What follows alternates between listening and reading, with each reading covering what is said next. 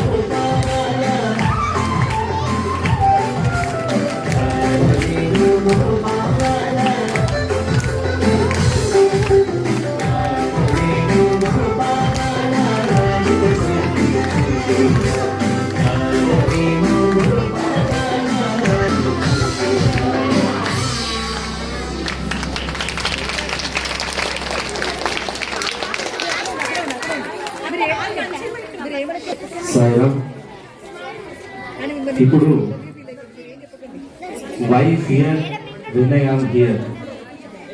స్వామివారు ఎప్పుడు చెప్పే మాట,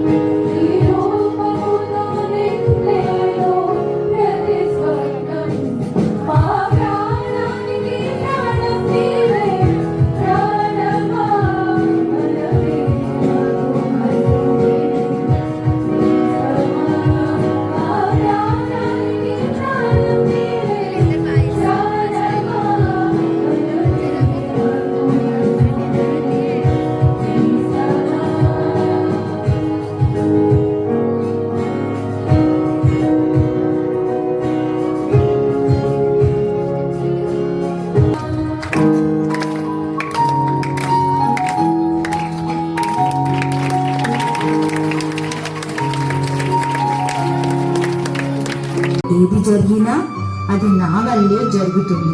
మీ గతం, వర్తమానం, భవిష్యత్తు అంతా నా ఆజ్ఞతోనే నడుస్తుంది.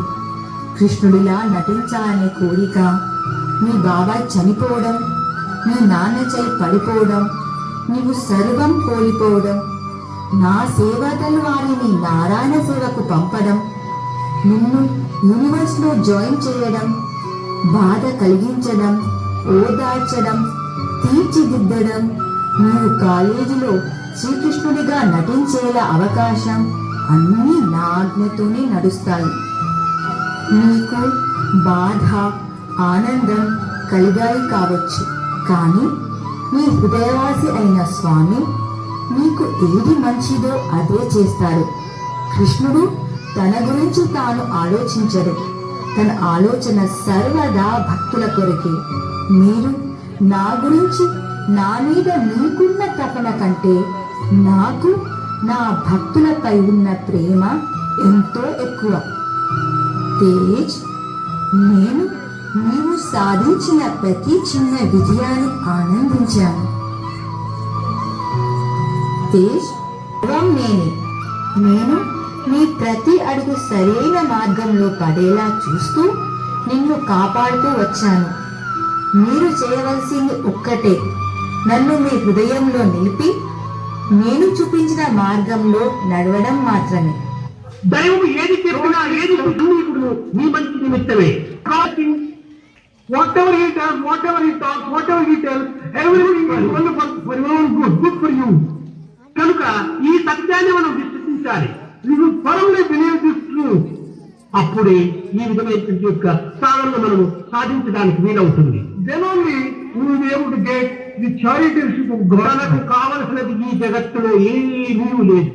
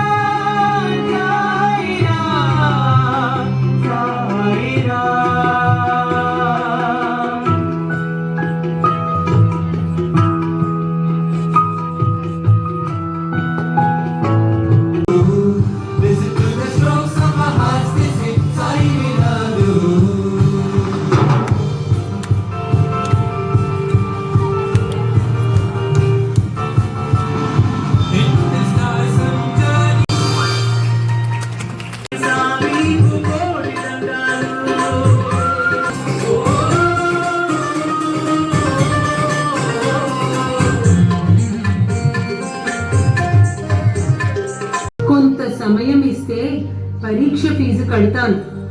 దయచేసి కొన్ని రోజుల సమయం ఇవ్వండి సార్. అమ్మా, నేను చేయగలిగినది ఏమీ లేదు. ఇది గవర్నమెంట్ రూల్. ఫీజు తప్పక 3 రోజుల్లో కట్టాలి. కట్టకపోతే పరీక్షలు రాయడానికి వీల్లేదమ్మా. కుమారుని భవిష్యత్తు ఈ పరీక్ష మీద ఆధారపడి ఉంది. కానీ నేనేమి చేయలేని పరిస్థితులలో ఉన్నానే. అమ్మా, ఎందుకు ఏడుస్తున్నావు?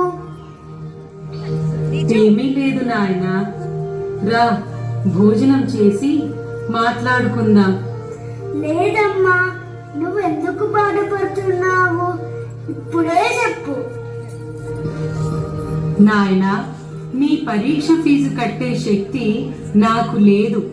రేపటి నుంచి నీవు కూడా నాతో పాటు వచ్చి పని చేయవలసి వస్తుందే అని దుఃఖిస్తున్నాను.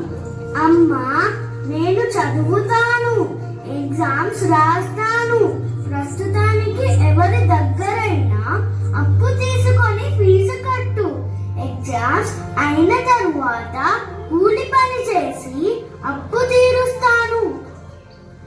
మనకు అప్పు ఎవరిస్తారు నాయనా? దిక్కులేని వారికి దేవుడే దిక్కు. అమ్మా, ఆ దేవుడెవరమ్మా?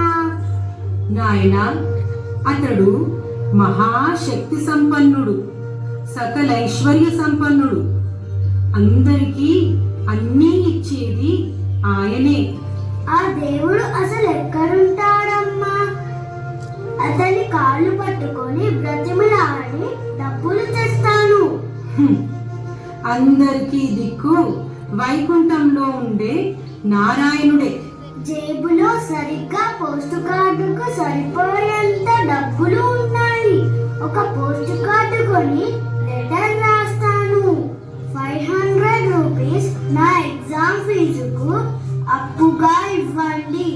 Address to Shriman Narayana, Vaikuntham. ఆ లెటర్ నాకు ఇవ్వు నాయనా, నేను బాక్స్లో వేస్తాను.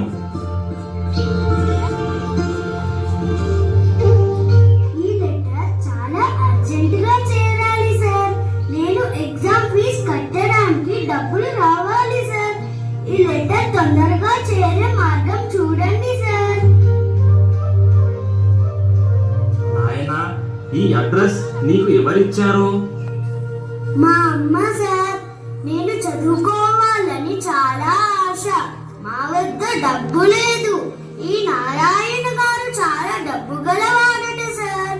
దిక్కులేని వారికి సాయం చేస్తాడట అని అమ్మ చెప్పిందండి. ఆహా, ఈ పిల్లవాడు ఎంత నిర్మల హృదయుడు. తల్లి మాటలపై ఎంత విశ్వాసం. నాయనా, ఈ లెటర్ అర్జెంటుగా చేరే మార్గం నేను చూస్తాను. నీవు ఎల్లుండి ఉదయం 9 గంటలకు ఇక్కడకు రా. నీ డబ్బు తప్పకుండా వస్తుంది. అమ్మా అమ్మా, నేను ఫీజు కట్టేస్తాను, పరీక్ష రాస్తాను. ఆ 2 రాత్రులు ఆ అబ్బాయి ఎట్లా గడిపాడో. పోస్ట్ మాస్టర్ చెప్పిన ప్రకారం 3వ రోజు ఉదయం 9 గంటలకు పోస్ట్ ఆఫీస్ కి వెళ్ళాడు. సార్, నేను 10 గంటలకు ఫీజు కట్టాలి. అక్కడ నుంచి ఏమైనా డబ్బు వచ్చిందా? వచ్చింది నాయనా, ఇదిగో కవరు. అమ్మా, డబ్బు వచ్చింది. వీనికి ఈ డబ్బెలా వచ్చింది? దొంగలించాడా? ఎవరినైనా అర్థించాడా? గుట్టుగా జీవిస్తున్న నాకు వీని మూలాన అప్రతిష్ట. ఎవరు నీకు ఈ డబ్బు ఇచ్చారో వారి వద్దకు నన్ను తీసుకొని పో. అమ్మా, నీవు చెప్పినట్లు నారాయణ గారికి లెటర్ రాశాను. ఆయనే పంపించాడు ఈ డబ్బు. పద, పోస్ట్ మాస్టర్ ని అడుగుదాం. నువ్వు బయటనే ఉండు. అయ్యా, ఈ పిల్లవాడు చెప్పుతున్నదంతా నిజమేనా? అవునమ్మా, భగవంతుడే పంపించాడు. మొన్నటి దినం ఈ పిల్లవాడు రాసిన జాబు చూసి నా హృదయం కరిగింది. నా మనస్సులో భగవంతుడు ప్రవేశించి నా చేత ఈ డబ్బు ఇప్పించాడు. అమ్మా, దయచేసి ఈ డబ్బు వాపసు ఇవ్వకండి. ఆ పసివాని విశ్వాసం దెబ్బతింటుంది. నిర్మల హృదయులైన పిల్లలు ప్రార్థిస్తే భగవంతుడు ఆ ప్రార్థనను తప్పక ఆలకిస్తాడు. ఏదో ఒక విధంగా ఆదుకుంటాడు. నేను నిమిత్త మాత్రుణ్ణి.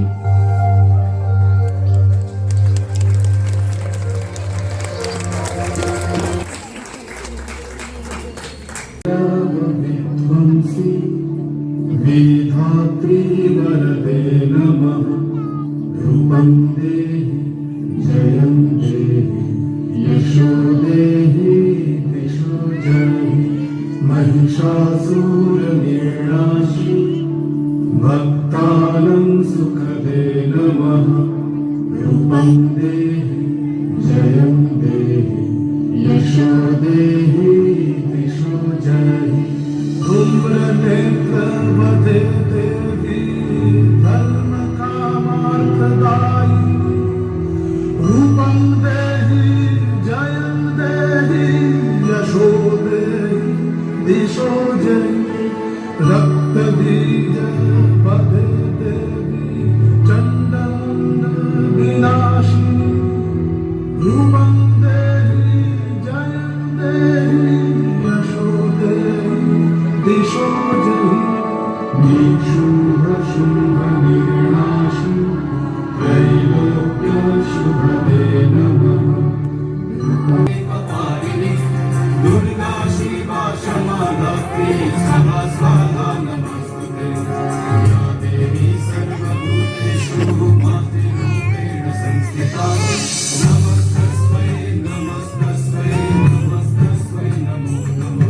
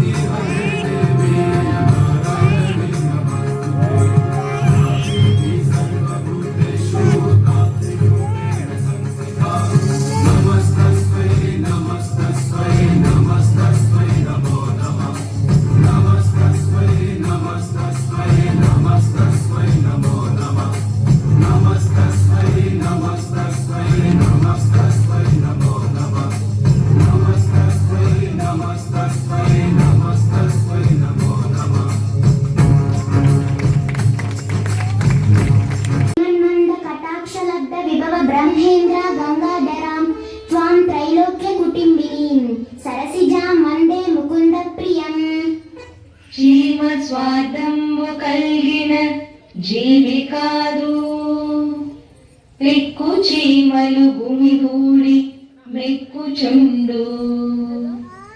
దానికున్నట్టి బుద్ధి ఈ మానవులకు కలుగదేటికి చిత్రమే కలియుగమునా. ఏవండి ఏవండి, బాబు శ్రీనివాస్ నాయక్ గారి ఇల్లు ఇదేనానండి? ఇదే. ఎవరు కావాలండి? శ్రీనివాస్ నాయక్ గారి కోసం. శ్రీనివాస్ నాయక్ ను నేనే. చాలా సంతోషం అండి. మీ కీర్తి దశ దిశలా మ్రోగిపోతుంది. మీరు నవకోటి నారాయణని, మీ దాన ధర్మాలు లోకంలో వేణోళ్ళు. ఆపండి మీ పొగడ్తలు. నాతో మీకేం పని? ముందుగా త్వరగా చెప్పండి. అవతల చాలా అత్యవసర పనిలో ఉన్నాను. అయ్యా, తమడు దేతలు చాలి.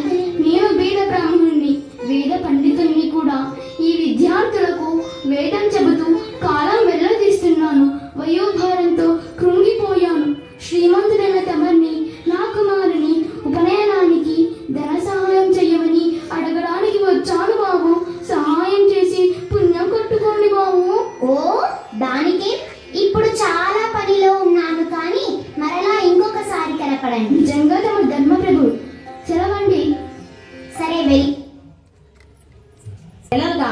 బ్రాహ్మణుడు ఆ ఇంటి చుట్టూ తిరుగుతూనే ఉన్నాడు. ఇప్పుడు ఏం జరిగిందో విందాం. దేవుడనగా వేరు దేశమందున లేడు, దేవుడుండు తనదు దేహమందే. పాపమనగా వేరు పరదేశమున లేదు, తాను చేయు పనుల దగిలి ఉండు. అమ్మా అమ్మా, ఎవరమ్మా ఇంట్లో? ఎవరు? వస్తున్నానండి. ఓ మీరా? ఉన్నాను. దీనికి తోడు దారిద్రము. అమ్మా, పిల్లవాడికి ఉపనయనం చేద్దామని సహాయం కోరి శ్రీనివాస్ గారిని యాచించాం. కానీ 6 నెలల నుండి కాలు అరిగిలా తిరుగుతూనే ఉన్నాను. కానీ వారు రేపురా మాపురా అని తిప్పుతూనే ఉన్నారు. ఉపనయన లగ్నం దగ్గర పడుతుంది తల్లి. ఏమి చెయ్యాలో తోచడం లేదు. నాకు తెలుసండి, మీరు ఈ వృద్ధాప్యంలో పడుతున్న బాధ చూస్తూనే ఉన్నాను. నేనా అస్వతంత్రురాల్ని? అమ్మమ్మ, అలా అనకండి. ఈ వీర బ్రాహ్మణ్య మీద తమరే దయ చూపాలి. మీరైనా సహాయం చేసి ఒడ్డున పడండి తల్లి. అయ్యా, నేను మీకు సహాయంగా ఏ వస్తువునిచ్చినా ఆయన గారి ఆగ్రహానికి గురి అవుతాను. మిమ్మల్ని ఎలా సంతోష పెట్టాలో అర్థం కావడం లేదు. ఆయన రోజు రోజుకి ధనానికి దాసుడవుతున్నాడు. ఆ పండరినాథుడు, ఆ పురంధర విఠలుడు ఎలా మారుస్తాడో ఏమో. ఆ విషయాలన్నీ నీవు చెప్పకనే చెబుతున్నాయమ్మా. ఏదో విధంగా మీరే ఆలోచించి ఒడ్డున పడండి తల్లి. ఎలాగా? ఈ బ్రాహ్మణుడికి నేనేమివ్వాలి? నేనేమిస్తే ఆయన సంతోషపడతారు? ఎలాగా? జ్ఞాపకం వచ్చిందండి. నా ముక్కుకు ఉన్న ఈ ముక్కు పుడక నా వివాహ సమయంలో నా పుట్టింటి వారు నాకు కానుకగా ఇచ్చారు. ఈ ఒక్కటి నా స్వంతం. దీన్ని మీరు స్వీకరించి విక్రయించుకొని ఆ సొమ్ముతో మీ శుభకార్యాన్ని జరుపుకోండి. మహాప్రసాదం తల్లి. దీర్ఘ సుమంగళవై కలకాలం వర్ధిల్లుతావు. నీ కీర్తి ఆచంద్రార్కము ఉంటుంది. కొద్దిగానైనా నీది అనుకున్న దానిలో త్యాగం చేసి త్యాగంలోని గొప్పతనాన్ని నిరూపించావు తల్లి. త్వరలోని నీ అభిష్టం నెరవేరి నీ శ్రీనివాస్ కూడా తప్పక మారుతాడు తల్లి. నీకు శుభం కలుగుతుంది తల్లి. వెళ్ళొస్తా తల్లి. సెలవు. మంచిదండి. వచ్చారు. మరి బేరాలు ఏం చేసి వచ్చారండి? ఆ బేరం పని మీదే వచ్చాను. సరస్వతి, ఏది నీ ముక్కుకు ఉన్న నీ ముక్కు పుడక కనపడదే? మరి లోపల పెట్టానండి.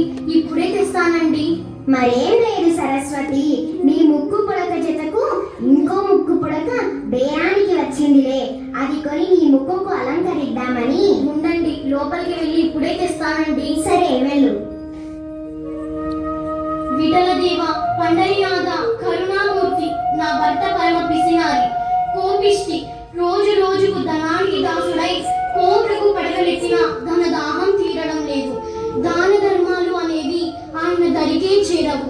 నేనిచ్చిన ముక్కు పుడక తీసుకొని ఆ బ్రాహ్మణుడు దుకాణానికి వెళ్ళి ఉంటాడు.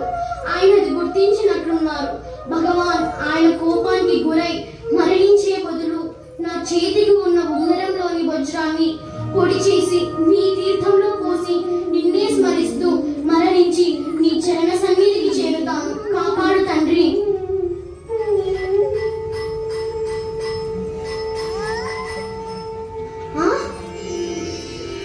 ఈ తీర్థంలోకి ముక్కు పుడక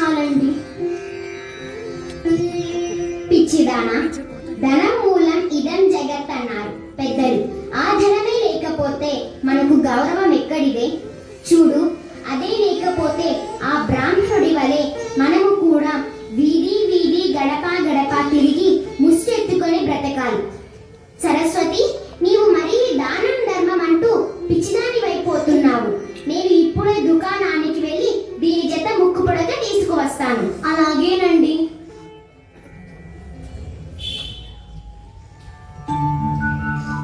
సరస్వతి, సరస్వతి. ఏమిటండి? సరస్వతి, నాకు జరిగినట్లు చెప్పు. నీవు నీ ముక్కు పుడకలు ఎక్కడి నుంచి తెచ్చిచ్చావు? నాకంత అయోమయంగా ఉంది సరస్వతి. కొట్టు వద్దకు వెళ్ళి చూస్తే ఇనుప పెట్టెలో పెట్టిన ముక్కు పుడక కనపడలేదు. అమ్మకానికి ఇచ్చిన ఆ బ్రాహ్మణుడు కనపడలేదు.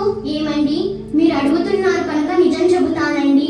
మీరు గత 6 నెలలుగా ఆ వృద్ధ బ్రాహ్మణుని రేపురా మాపురా అని మీ చుట్టూ తిప్పుకుంటూ ఒక్క పైసా కూడా ఇవ్వలేదండి.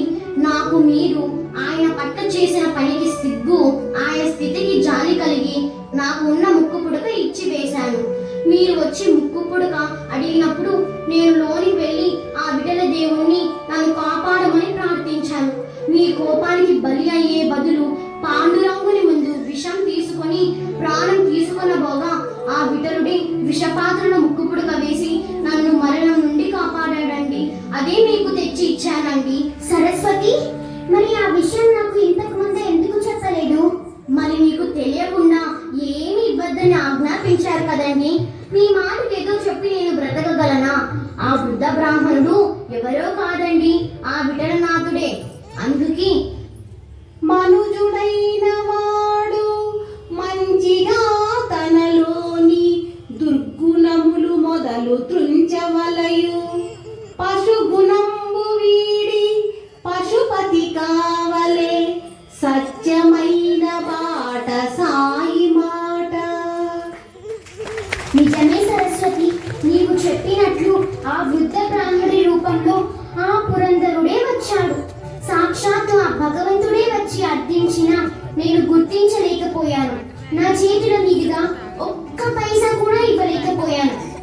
సరస్వతి, నా తల తిరిగిపోతున్నది. నా పాపానికి నిష్కృతి లేదు. ధన సహాయం చేసే శక్తి ఉండి కూడా చేయలేకపోయాను. సరస్వతి, ధనదాసుడైన నా కళ్ళు తెరిపించావు.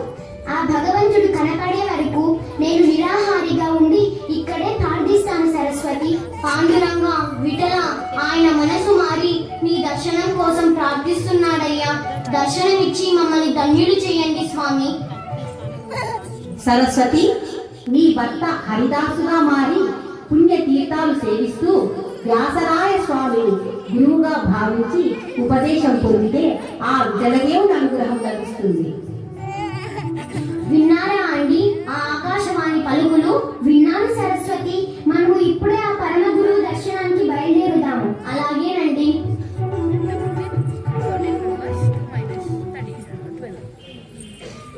ఓం సహనా భవతు సహనౌ భునక్తు సహ వీర్యం కరవావహై తేజస్వినావధీతమస్తు మా విద్విషావహై. ఓం శాంతి శాంతి శాంతి. ఇదేనండి వ్యాసరాయ స్వామి ఆశ్రమం. రండి నాయన, అమ్మ రండి, అందరికీ స్వాగతం. వ్యాసరాయ స్వామి గారికి వందనాలు అర్పిస్తున్నాము. నన్ను మీ శిష్యునిగా స్వీకరించి గురోపదేశం చేయమని అర్థిస్తున్నాను ఆచార్య. అలాగే నాయన. శ్రీనివాస, భగవంతుని ముందు మనమందరము అల్పులమే. పశ్చాత్తాపానికి మించినది ఏదీ లేదు. ఆ పురంధర విధులని నామామృతం జపించి నీ జన్మ ధన్యత చేసుకో.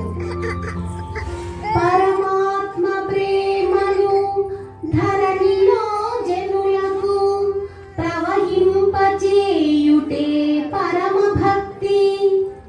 ప్రతి మానవుండును బ్రతికి తానుండుట స్వార్థంబులకు కాదు సంఘ సేవ. నాయన శ్రీనివాస, ఈనాటి నుండి నీవు పురంధర దాసుగా పిలువబడతావు. నీ నామ సంకీర్తనలతో పురంధరను సేవించు. ఎవరి వస్తువులు కోరకు. నీకున్న దానిలో కొంత త్యాగం చేసి నీ జన్మ ధన్యత చేసుకో. త్వరలో నీ మనోరథం సిద్ధించి ఆ విఠల దేవుని సాక్షాత్కారం లభిస్తుంది నాయన. మహాప్రసాదం గురువర్య. నాది అనుకున్న దాన్ని త్యాగం చేసి